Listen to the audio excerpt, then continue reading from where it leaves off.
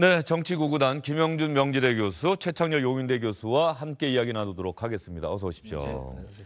오늘 두 분과는 말이죠. 홍준표 자유한국당 대표 이야기 좀 해보려고 합니다. 오늘 시간이 끝날 때까지 홍준표 대표가 왜 남북 정상회담 판문점 선언에 저토록 비판적인 의견을 내놓은지, 그리고 다른 자유한국당 내부에서조차 비판의 목소리가 나오고 있는 걸 알면서도 홍준표 대표는 왜 그러는지 이 부분을 한번 두 분께 집중적으로 여쭙도록 하겠습니다. 그러면 먼저 다른 얘기보다 이번 판문점 선언이 나온 뒤에 홍준표 대표가 어제 기자회견을 자청을 했습니다. 이 기자회견 자리에서 이번 판문점 선언은 북한의 김정은 위원장과 우리 주사파가 합의한 것이다. 따라서 나는 절대적으로 수용할 수 없다. 이렇게 강한 입장을 내놓았습니다. 직접 들어보시죠. 저는 이처럼 비정상적인 남북 정상회담 합의가 이루어진 이면에는 북한 김정은과 우리 적 주사파들의 숨은 합의가 자리 잡고 있다는 생각을 하게 됩니다. 남북이 합작으로 벌이고 있는 위장평화쇼의 미몽에서 벗어나 저와 자유한국당에게 자유와 평화를 지킬 힘을 주실 것을 간곡히 당부드립니다. 민족 자주 원칙은 1972년 7.4 남북 공동성명에도 들어가 있고 그때부터 이어진 내용인데, 그렇다면 이제 박정희 정부 때도 주사파가 있었다는 것인지. 다시 공부하고 질문하세요. 네, 홍준표 대표가 요즘 기자들에게 저런 얘기를 참 많이 하는데 말이죠. 어쨌든 간에 홍준표 대표의 어제 기자회견, 오늘 상황은 아닙니다. 어제 입장인데 어제 기자회견까지는 그 이전에 남북 정상회담 이전부터 끝나고 난 이후까지 상당히 일관된 입장을 고수하고 있어요. 민주주의 국가에서는 다양한 의견이 존재하고, 그리고 서로의 상대방에 대해서 존중한다는 것을 전제로 한다라고 하더라도 홍준표 대표가 얘기하는 것이 과연 이제 대중적 언어와 국민적 공감대를 바탕을 하고 있느냐에 대한 부분들에 대해서 논란이 일어나고 있는 것이죠. 두 가지로 우리가 해석을 해볼 수가 있는데요. 하나는 일단 인식에 대한 문제 같습니다. 그러니까 홍준표 대표는 현 정부를 한때는 주사파 정권이라고 한 적이 있습니다. 예. 다시 얘기해서 모든 이제 인식이 주사파와 북한 정권과의 이러한 연계관계 속에서 인식을 하다 보니까 저런 이제 그 나름대로 그런 논평이 나오지 않았나 생각이 좀 들고요. 두 번째는 역시 그 보수 정당의 본류는 결국은 자유한국당이다. 그러니까 자유민주주의 체제를 수호하는 것이 자유한국당이 바른정당과의 경쟁 속에서, 바른미래당과의 경쟁 속에서 우위를 확보할 수 있다라고 하는 나름대로의 그런 전략적 판단 속에서 나오는, 특히 이제 지방선거를 앞두고 여하튼간에 존재감을 과시하기 위한 그 나름대로의 큰 행보 속에서 본인은 판단해서 나온 것 같지만 당내에서도 그렇고 이러한 그 지지를 받는 데는 한계가 있는 그런 상황에 좀 처해 있다고 봅니다. 홍준표 대표 이야기에 김영준 교수님은 뭐 수긍하시는 대목이 있으십니까? 일단은 뭐 본인은 일관성 있게 자유민주주의 체제라는 부분들을 얘기를 하고요. 또 표현상에서 이런 저런 표현을 홍 대표가 썼는데, 어떤 표현을 썼냐면 1938년 뮌헨 협정 끝나고 나서 체인벌린이가 평화가 왔다는 얘기를 했을 때 이런 글을 썼어요. 그 홍준표 대표가 나는 그 평화 위장에 속은 체인벌린보다는 처치의 길을 가겠다고 얘기를 했는데, 저는 오히려 동방 정책이 독일 통일의 핵심적인 기초가 됐었는데, 통일의 기초는 빌리 브란트라는 사회민주당이 내놓았지만 결국은 통일은 같이 함께 갔었다는 것을 인식을 한다고 한다면, 저는 꽤 일방적으로 이런 부분 속에서 오히려 그냥 뭐 큰 변화를 가지고 왔다라는 데 대해서 인정할 건 인정을 하고, 그리고 단 어떻게 구체적으로 이거를 시행할 것이냐에 대해서 서로 의의를 나눴으면 좋겠다라는 생각을 가졌었는데, 일관성 있게 계속해서 이렇게 비판하는 것에 대해서는 동의하기가 좀 힘들다라는 말씀을 좀 드립니다. 최창렬 교수님 생각은 어떠십니까? 저 사실 4월 27일 날 좀 깜짝 놀랐어요. 홍준표 대표가 이제 그날 회담 결과를 위장평화쇼라고 했다라는 보도를 보고, 아무리 홍준표 대표지만 그렇게 일관되게 그런 얘기를 해왔지만 어떻게 그날 당일날도 그런 인식을 가질까라는 인식을 제가 깜짝 놀랐어요. 왜 그럴까 생각해봤는데, 일단 뭐 지방선거와 연관시켜서 볼 수밖에 없겠죠. 어떤 뭐 강경보수층의 어떤 지지층을 결집시키려 한다는 뭐 이런 생각을 할 수 있을 것이고, 가장 뭐 원론적인 얘기입니다. 정치 교과서적인 얘기인 것이고, 그다음에 두 번째는 정말로 홍준표 대표가 얘기하고 있는 것처럼 김정은과 우리나라 주사파와의 합작으로 생각하는 것인지, 그리고 또 하나는 자발적 무장해제라고 생각하는지, 그것도 굉장히 궁금해요, 정말로. 정치인으로서 보수의 정체성을 유지하기 위해서 아까 우리 김 교수님 말씀처럼 바른미래당과의 보수 우위 경쟁에서 정체성 유지하기 위해서 그랬다라면 뭐 정치공학적으로 해석할 수가 있는데, 물론 저는 그 부분에 대해서도 개인적으로 동의하기 어렵겠습니다만, 정말로 저런 인식을 가지고 있다라면 저는 국민들의 민심과 많이 동떨어져 있다고 생각을 해요. 이 남북 정상회담에 대해서 국민들이 압도적인 지지를 보내고 있는 상황이고, 지역 뭐 대구, 이른바 대구 경북, 뭐 부산 경남 이런 것과 관계없이 말이죠. 그렇다면 정치라는 건, 특히 민주주의라는 거는 정치인들, 특히 지도자들이 국민들에게 조응하고 책임지고 대표성을 확보하고 이런 거 아니겠어요? 예. 그렇다면 지금 민심과 상당히 동떨어지고 국민들의 여론과 상당히 그 거리가 먼, 그리고 국내외 언론도 상당히 지지를 보내고 있는데, 물론 모든 게 그런 건 아니라 하더라도, 근데 제1야당 대표가 어떤 미흡한 부분에 대해서 야당이 비판할 수 있다고 봅니다. 어떤 어떤 구체적인 로드맵이 안 나왔다 이런 것도 세부적으로 비판할 수 있는데, 지금은 총체적으로 거의 부정하는 상황이거든요. 그렇다면 과연 제1야당 대표 인식이 과연 뭔가, 이건 무조건 선거공학, 정치공학으로만 해석할 수 있는 것인지, 그런 부분은 상당히 의문이 들 수밖에 없다는 겁니다. 당일에 홍준표 대표가 페이스북에 올린 글을 보면 말이죠. 위장 평화쇼에 불과하다 조금 전에 얘기하셨고요. 김정은과 문재인 정권이 합작한 남북 위장 평화쇼에 불과했다. 북의 통일전선 전략인 우리 민족끼리라는 주장에 동조하면서 북핵 폐기는 한마디도 꺼내지 못하고 김정은이 불러준 대로 받아 적은 것이 남북 정상회담 발표문이다. 그런데 조금 전에 기자가 질문을 딱 하지 않았습니까? 7.4 공동성명 1972년 벌써 46년이 지났습니다. 이 당시에 전 지금도 그때 수업 시간에 열심히 배웠던 기억이 나요. 자주 평화 민족 대단결 아닙니까? 자주라고 하는 원칙이 그때도 이미 똑같이 72년도에 들어가 있었어요. 아마 기자도 그걸 생각하고 그럼 그때도 주사파가 있었다는 얘기입니까? 라고 질문을 했는데, 7.4 남북 공동성명 첫째 줄 한번 보십시오. 통일은 외세에 의존하거나 외세의 간섭을 받음이 없이 자주적으로 해결하여야 한다. 저 부분 잘 보십시오, 시청자 여러분. 그리고 이번 판문점 선언문 최종본에 제 1조 1항을 보면 우리 민족의 운명은 우리 스스로 결정한다는 민족 자주의 원칙을 확인하였다.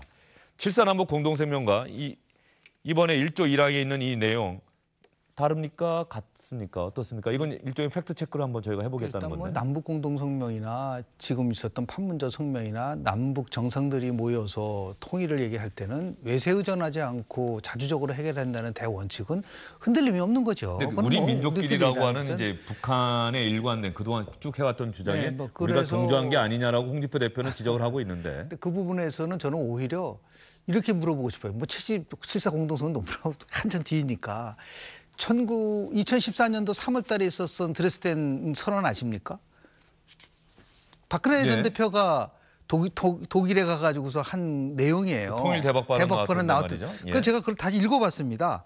그랬더니 남북한 공동 번영은 민생 인프라를 함께 구축해 나가야 한다라고 돼 있고, 시종일 간 협력을 통해서 남북 간의 협력 관계를 만들어 가자라는 얘기를 했단 말이에요. 그러니까 이 말은 뭐냐면 남북한이 평화 체제를 만들어서 함께 번영을 하자는 거는 여야 진보와 보수의 문제가 아니라는 거죠. 그건 모든 국민들이 원하는 것이고 실질적으로 그러한 인식이 있기 때문에 정상회담 끝나고 나서 여론조사를 하니까 압도적으로 많은 국민들이 성과가 있었고 기대가 된다고 얘기를 하고 있었기 때문에, 그런 면에서 봤을 때 한마디로 이렇게 민심과 동떨어지는 발언을 계속 하다 보니까 당내에서도 홍준표 대표에 대해서 이거는 결국 바람직하지 않다라는 그런 그 제동이 나오고 있는 거 아니겠습니까? 그러니까 홍 대표도 오늘 발언은 조금 이제 바뀌는 방향으로 가고 있는 것 같아요. 그 얘기는 좀 저희가 조금 이따가 그렇습니다. 해보도록 하겠습니다. 지금 김영준 교수께서 당내에서도 홍준표 대표가 너무 나가는 것 아니냐. 왜 이렇게 평가할 만한 것은 평가해야지. 유정복 인천시장 둘 다 이번 지방선거에 나설 자유한국당 후보들입니다. 홍준표 대표가 정신을 못 차리고 있다. 김태호 경남도지사 후보. 홍 대표의 위장 평화쇼 발언은 너무 나갔다. 당내에서도 상당히 무게감이 있는 정치인들이 홍준표 대표 보고 왜 이렇게 많이 나가느냐, 너무 지나치다라고 비판을 하고 있고, 뭐 홍준표 대표가 그거 모르겠습니까? 근데 왜 홍준표 대표는 저렇게 센 얘기들을 계속 할까요? 글쎄요, 아까도 이제 나온 얘기인데 일관되게 지나친 얘기를, 그냥 너무 나간 얘기를 하고 있단 말이에요. 그렇다면 홍준표 대표도 전반적인 이런 정황을 인식을 할 텐데, 저는 어쨌든 1차적으로는 지방선거 의식해서 나중에 지방선거의 승패와 관계없이 일단 강경보수 쪽을 자기의 확고한 지지층, 이른바 콘크리트 지지층을 확보하기 위해서 저런다는 생각을 일단 해요. 나중에 뭐 한국당이 진다 하더라도 그래서 자신이 그 향후 정치적 입지를 위해서 이른바 확고한 지지층을 가지고 간다. 욕을 먹고 비판을 받더라도 전 이런 계산이 있다라고 하면 설명이 좀 돼요. 근데 그런 계산이 아니고 정말로 인식을 저렇게 가진다면은 전 제1야당 대표 인식으로 문제가 있다고 생각하는 겁니다. 예. 왜냐면은 지금 아까 자주 얘기 나왔잖아요. 72년도. 그때 그 72년도 치사 남북 공동성명 때 그 가장 화두는 자주예요. 예. 아까 민족 대단결 말씀하셨잖아요. 그리고 지금 모든 그 이후의 남북 합의들은 기본적으로 박정희 정권 때 이후로 아까 김일성이가 만나서 합의했던 그 부분에서 기본하고 있는 거예요, 사실은. 그다음에 92년도 1월에 남북 기본 합의서. 여기에서 큰 테두리를 못 벗어나는 거란 말이죠. 그렇다면 지금 남북 관계의 문제, 비핵화 문제 이런 건 사실은 국제 정치적인 성격이 굉장히 많은 거잖아요. 그렇지만 국제 정치적인 성격을 배제한 부분들은 많이 있어요. 남북이 자족을 할 수 있는 부분이 많이 있다는 겁니다. 그것이 이번에 판문점 선언에 많이 담겼거든요. 근데 이걸 자꾸만 자주대 동맹의 이분법적인 관점으로 보는 거죠. 그러니까 자주를 얘기하는 것은 주사파다. 그리고 자주를 얘기하지 않는 사람은 한미 동맹을 강화하는 거다. 이런 아주 잘못된 흑백 논리에 입각한 이분법적 논리. 이거를 제1야당 대표가 그야말로 과거의 구시대적 인식의 냉전 의식이라든지 반공주의에 사로잡힌다면 그 자체로 문제가 있다. 그래서 이 자리에서 제1야당 대표가 그야말로 정치 공학적인 걸 의식했다면 차라리 나아요. 정치인이니까. 근데 그렇지 않고 정말 그런 인식이 매몰되어 있다면요. 이 자리에서 정말 홍준표 대표께 각성을 촉구하고 싶습니다. 예. 홍준표 대표가 검사 시절에 또 공안검사 출신이 아니에요. 공안검사는 예전에 또 어쨌든 간에 뭐 보안사범들 뭐 이렇게 민주화 운동했던 사람들을 많이 수사하고 잡아놓고 그랬었는데 홍준표 대표는 또 이름난 특수통 검사, 강력 검사였단 말이죠. 그런데 홍준표 대표가 지금 여론조사나 이런 데 보면은 뻔히 남북 정상회담 지지한다는 여론이 훨씬 많은 걸 알면서도 홍준표 대표가 모르겠습니다. 얼마나 이번 남북 정상회담을 또 비판적으로 보는 분들도 계시잖아요. 뭐 북한 얘기만 나와도 일단 고개부터 돌리고 보는 분들도 분명히 계실 겁니다. 뭐 상대해서는 안 된다라고 생각하시는. 그런데 그 여론의 전체적인 비중에서 봤을 때 어쩌면은 소수에 불과할지도 모르는데 홍준표 대표가 왜 똘똘 뭉치는 그러니까 자기의 의견에 동조할 수 있는 가령 뭐 한 20% 정도라고나 할까요? 이거는 저 시청자 여러분 제가 뭐 정확한 근거를 갖고 말씀드린 건 아닙니다. 어쨌든 간에 현재 여론조사나 전체적으로 보면은 이 남북 정상회담 비판적인 의견을 갖고 있는 분들이 한 20% 정도 된다. 좋습니다. 그분들과 자유한국당이 똘똘 뭉치자 여기까지는 좋은데 그래 갖고는 선거에서 이길 수는 없잖아요. 저는 두 가지로 추론해 봅니다. 첫 번째 추론은 저는 홍준표 대표는 북미 정상회담이 실패할 거라고 인식을 하고 있는 것 같아요.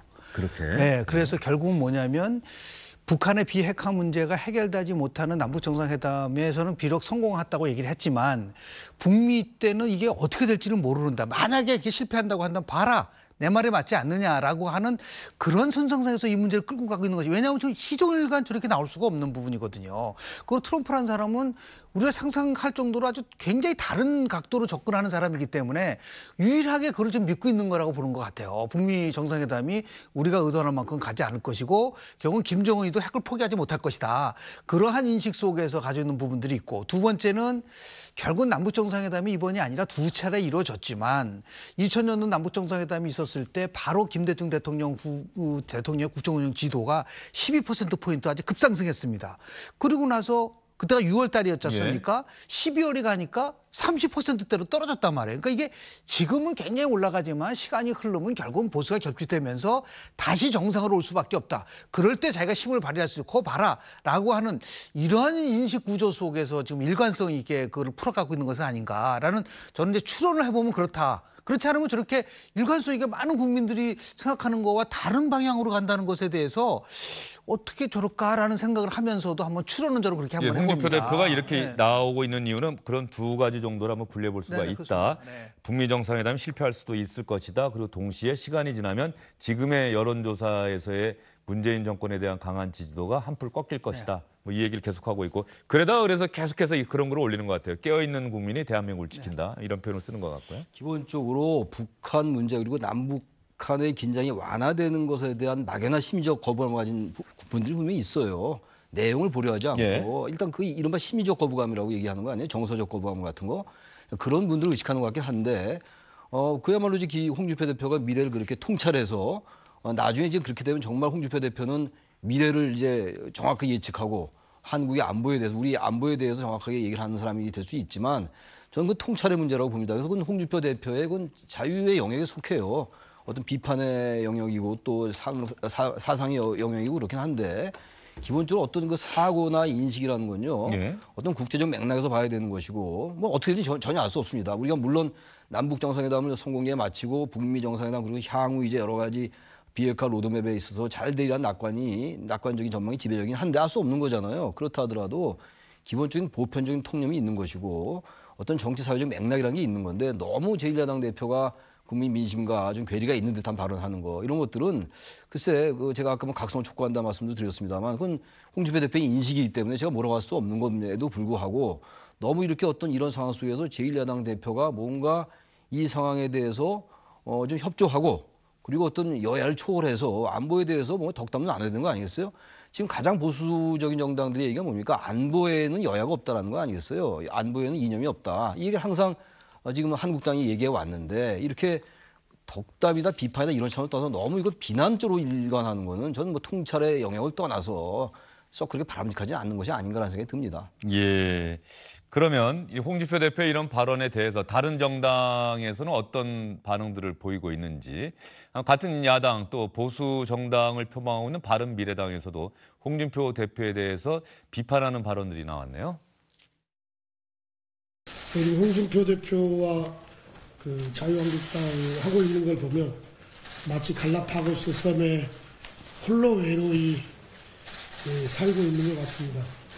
평화를 향한 민족사적 대장정에 제발 함께 하시기를 바랍니다.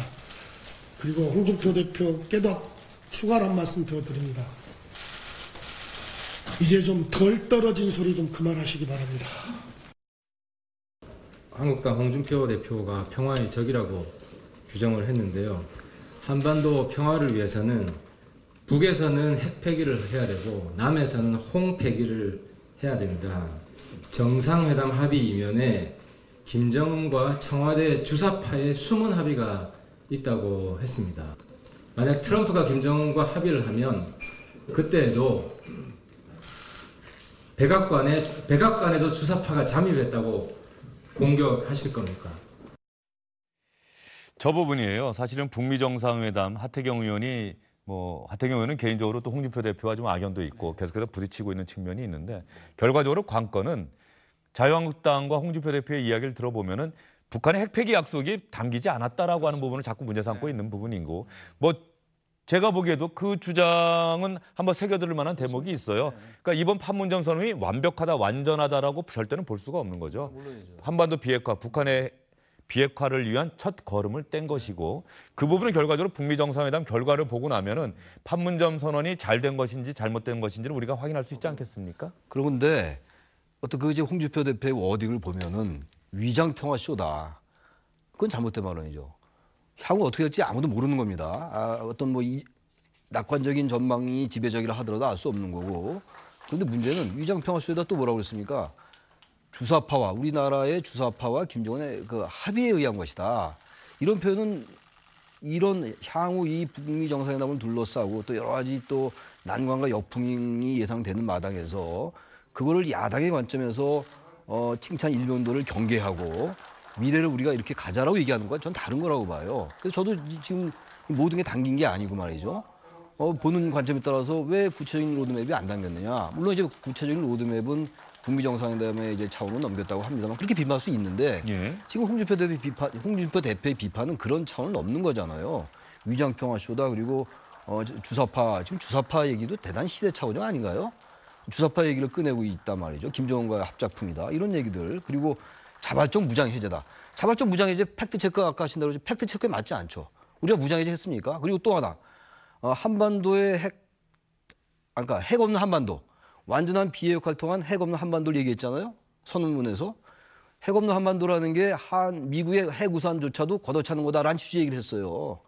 팩트에 맞지 않죠. 그러니까 이거는 이 정상회담의 문제를 경계하고 이런 점을 보완해야 된다라고 이런 비판적인 관점이 아니라 너무 이건 비난 일변도 거의 맹목에 가까운 어떤 깎아내리기의 차원으로 볼 수밖에 없으니까 저런 상당히 그 이제 혹평들이 나오는 게 아니라 생각이 드는 거죠. 예.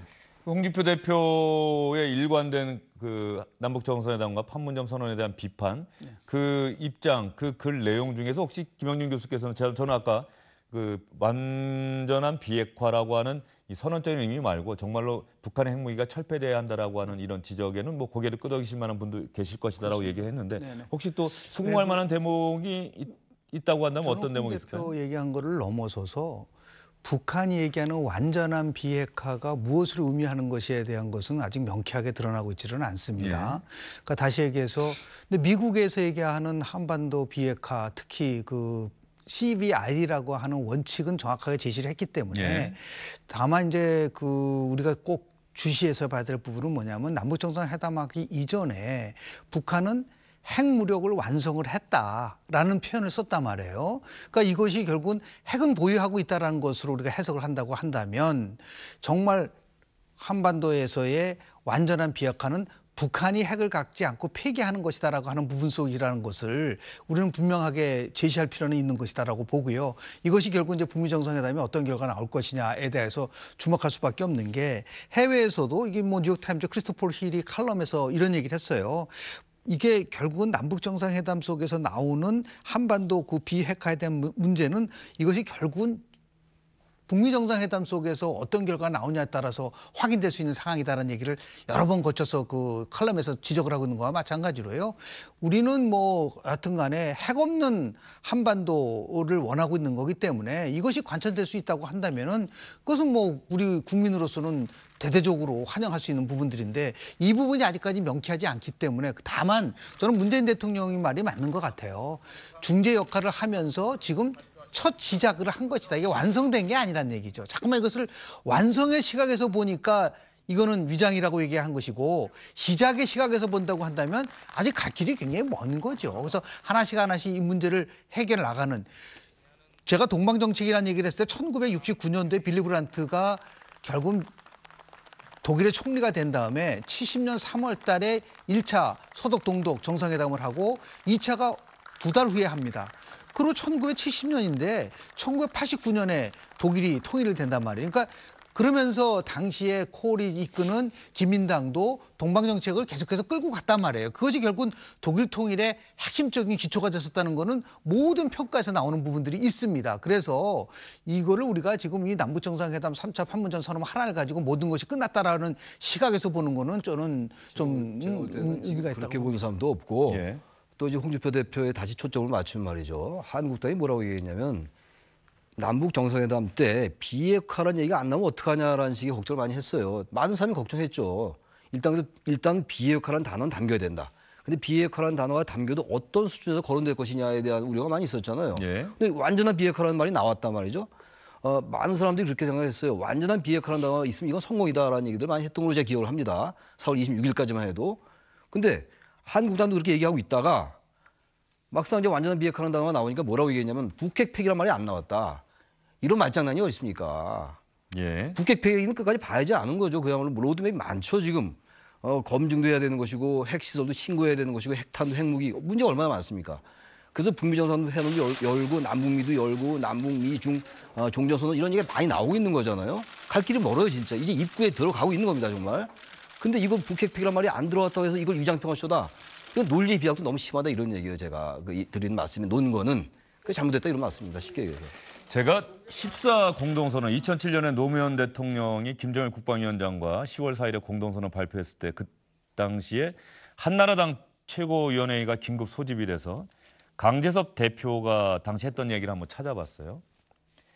남북 정상이 오랜만에 만나서 남북관계의 발전과 평화 번영을 위해서 여러 가지 노력을 하고 또 많은 합의를 한 것은 일단 우리 한나라당으로서도 인정한다, 평가한다 이렇게 전제를 한 상태에서 대다수 국민이 염원했던 북핵 폐기 문제, 분단 고통 해소 문제, 핵심적 사항에 대해서는 선언적 내용에 그치거나 지역적으로 다뤄져 유감이다 이렇게 이야기를 했습니다. 사실 이번 자유한국당에서도 이 정도 반응이 나오지 않을까라고 하는 게 일반적인 관측이었는데 그렇죠. 말이죠. 예를 들어서 처음에는 긍정의 언어를 쓰고 그리고 국민들 야당에도 역할도 있는 거 아니겠습니까? 이런 부분에 대해서는 예를 들어 구체적인 시기라든지 아니면 방법에 대해서는 이거는 굉장히 중요한 부분이기 때문에 여야가 같이 함께 머리를 맞대고 이 문제를 풀어가자. 굉장히 수고했다. 진전이 있었다. 오죽하면 트럼프 대통령이 큰 진전이 있고 박수를 칠 만하다고 얘기를 했다고 한다면 그 부분에 대해서는 항상 제가 말씀을 드리지만은 우리 정치권에서 가장 부족한 것은 인정할 걸 인정을 안 하고 있는 부분인 거예요. 그러니까 인정을 하고 그리고 나서 어떻게 추가적으로 민주주의와 마찬가지로 지금 모든 선언문 속에서 완벽한 거는 없습니다. 완벽한 것을 향해서 가는 거죠. 그런 면에서 봤을 때 조금 인정하고 그다음에 우리가 어떻게 이 문제를 같이 함께 풀어갈 것이냐에 대한 논의를 하고 이런 표현을 했으면 더 좋았을 것 같아요. 예. 이번에 굉장히 수고를 했는데 이제는 북한에다만 햇볕 쬐지 말고 야당에도 좀 햇볕 좀 쬐게 합시다. 뭐 이렇게 얘기를 했었으면 오히려 좀 남북 간의 관계를 넘어서서 여야가 좀 해빙의 무드로 갈 수 있는 길을 오히려 야당이 끌고 갈 수 있는 그런 기회가 있었던 것은 좀 아쉽다라는 생각이 좀 듭니다. 예. 제가 하나 또 찾아온 게 2008년에 홍준표 대표가 아마 그 당시에 그 집권당 원내대표를 했을 거예요. 국회 교섭단체 대표 연설을 한번 찾아봤는데 이 북한 문제와 관련해서 이런 이야기를 했습니다. 어쨌든 간에 북한도 그 체제 보장이나 한반도 평화 이 모든 게 한국을 비롯한 국제사회 신뢰 회복을 통해서 가능하다는 거 잊지 말아야 할 것이다. 미국 정부가 테러 지원국에서 북한을 제외하는 결정 내린 것도 결과적으로 한국과 긴밀한 사전협의를 통해서 한 것이다. 이렇게 이야기를 하면서 비핵화 2단계가 마무리 수순에 들어간 만큼 대북 협력 사업 재조정해야 할 것이다. 인도적 지원은 물론 개성공단 인프라 구축을 포함한 남북 경영 활성화 방안 적극적으로 검토해 주기 바란다. 한나라당은 그동안 야당이 쌓아온 대북 정책의 노하우를 존중하면서 협조를 구하겠다. 그때 한나라당 딱 10년 전 홍준표 대표의 대북 인식은 이랬어요. 그러니까 홍준표 대표가 그 이후에 정치를 쭉 하면서 많이 바뀐 것 같아요. 그러니까 세월이 흐르면서 더 이런 쪽으로 원숙해지고 인식이 성숙해져야 되는데 너무 어떤 그 특정 계층, 특정 유권자 계층만을 의식하는 정치를 하는 것이 아닌가라는 그런 추론 같은 게 들어요. 왜냐하면 지금 바로 말씀하신 것처럼 그런 발언을 했잖아요. 그리고 한나라당의 그 과거의 발언들 보면 굉장히 전향적인 발언들이 많아요. 과거의 남북 관계 합의에 대해서. 그래서 지금 자유한국당 모두가 그런 건 아닙니다만 자유한국당의 특히 지도부 중에서도 우리 홍준표 대표가 너무 앞서 나간 발언을 하고 이러다 보니까 이게 사실 이게 논점이 되면 안 되는 문제인데 이게 논점이 안 될 수가 없는 거죠. 예. 제1야당 대표의 그 무게감이 있는 것이기 때문에 오늘은 이제 홍 대표의 말씀이 좀 이제 수위가 많이 낮아졌어요. 그러니까 많은 이제 그 비판 여론을 좀 의식하신 것 같은데 향후라도 일단 협조할 거 협조하고 그리고 비판할 거 비판하고 여당 그리고 청와대가 어떤 주장하는 거에 대해서 아주 세부적인 것에 대해서 지적할 수 있는 거죠, 야당이. 바로 그래서 야당의 존재 가치가 있는 거니까. 그렇게 해서 야당의 정체성을 찾아가야 되는 것이지 누가 보더라도 저건 너무 동떨어진 얘기다. 그리고 너무 논리 비약이다. 너무 그리고 여당을 좀 이렇게 까는 얘기다라는 인식을 가지고는 저는 정체성 확보하기도 어렵다. 이젠 정말 야당도 보수의 정체성이라는 게 그런 데서 나오는 게 아니다는 인식이 정말 홍준표 대표에게 반드시 필요하다는 생각이 듭니다. 예, 그래서 어젯밤에 홍준표 대표가 중진 의원들과 함께 만찬을 하지 않았습니까? 그 만찬 회동 때 아마 이런저런 이야기가 나왔었던 것 같습니다. 그러다 보니까 홍준표 대표가 오늘 아침에 내놓은 페이스북 글을 보면은 그동안의 판문점 선언에 대한 비난 일변도에서 조금은 달라진 내용이 보입니다. 내가 우려하는 현 상황은 결코 보수층 결집을 위한 정책인 목적에서 시작된 것이 아니고 보다 냉철하게 남북 문제를 바라보자는 것입니다. 폭주하던 북의 독재자를 대화의 장에 끌어낸 것은 잘한 일입니다.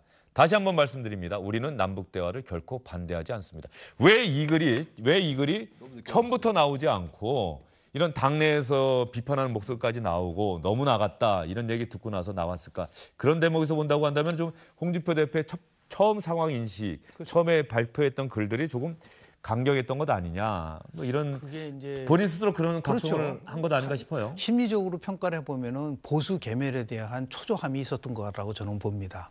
다시 얘기해서 지금 뭐 박근혜 전 대통령을 포함해서 보수 대통령들이 전부 다 두 전직 대통령이 구속된 상태고 보수는 계멸돼 있는데 이러한 남북 정상회담이 성공으로 갈 경우에 결국 보수는 다시 돌아올 수 없다라고 하는 그러한 초조감 속에서 나온 일탈이라고 일단은 봐요. 그러다가 이거는 아닌 것 같다라고 하는 수많은 비판 속에서 저는 이 표현이 제일 마음에 드네요. 예. 잘한 일이다.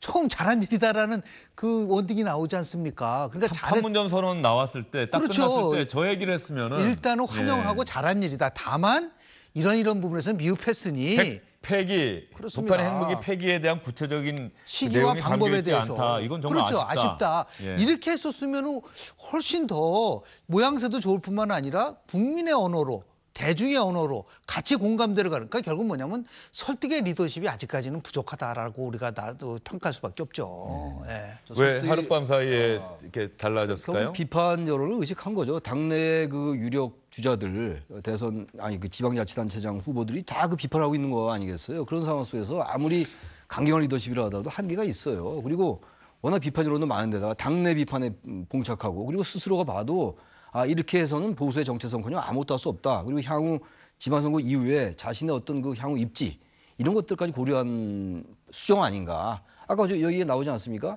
보수층 지지를 위한 게 아니다. 그렇게들 비판하니까 이제 얘기를 했단 말이에요. 그러니까 저렇게 어떤 면에서 볼 때 여론이 조응한 거예요. 지금부터라도 제1야당 대표답게 현실을 좀 똑바로 통찰하고 인식했으면 하는 바람이 좀 있습니다. 예. 홍준표 대표가 올린 글 보면은 뭐 새겨들을 만한 대목이 있어요. 분위기에 휩쓸려고 하는 정치는 반드시 망할 것이다. 그 윗화면 좀 보여주겠어요? 맨 위에 홍준표 대표의 윗부분. 지금 이거는 우리가 조금 전에 말씀드린 부분이고 화면 첫 번째 글을 다시 한번 보여주십시오. 첫 번째 글을 좀 보고 말씀을 드려볼게요. 글이 좀 들어와서 스탑을 좀 걸어주세요. 화면을 좀 정지시켜 주시면은 분위기에 휩쓸려가는 정치는 반드시 실패한다. 안보 문제는 아무리 신중하고 냉철하게 대처해도 모자라지 않다. 내가 우려하는 현 상황은 결코 보수층 결집을 위한 정치적 목적에서 시작된 것이 아니고 보다 냉철하게 남북 문제를 바라보자는 것이다. 이 얘기를 정확하게 처음부터 예. 정확하게 설명했으면은 네. 홍준표 대표의 글을 보고서도 그러니까 결과적으로 가운데 있는 분들을 끌어들여야 그 정당이 힘을 얻는 거 아니겠습니까? 그동안 홍준표 대표는 너무 이 중도층 생각 안 하고 너무 지지하는 자유한국당 지지하는 층만 너무 바라봤던 것이 아닌가라고 하는 지적들을 두 분 교수님께서 해주신 것 같고요. 마지막으로 2008년 연설 때 홍준표 대표가 했던 이야기를 두 분께도 들려드리고 시청자 여러분께 들려드리면서 이 순서 마무리하겠습니다. 이정란님의 돌탑이라는 시를 인용을 했네요. 이때 연설을 마치면서 홀로선 돌을 탑이라고 하지 않는다. 아무리 높이 솟아 있어도 홀로선 돌을 탑이라고 하지 않는다. 셋이서 다섯이서 받쳐주면 높아질 때 탑이 된다. 홍준표 대표가 10년 전 본인이 인용했던 이 시를 지금 좀 다시 한번 상기하면 제1야당 대표로서 어떻게 또 처신하고 발언하고 행동해야 될지 아마 좋은 또 참고 자료가 되지 않을까 싶습니다. 두 분 수고 많으셨습니다. 네, 고맙습니다.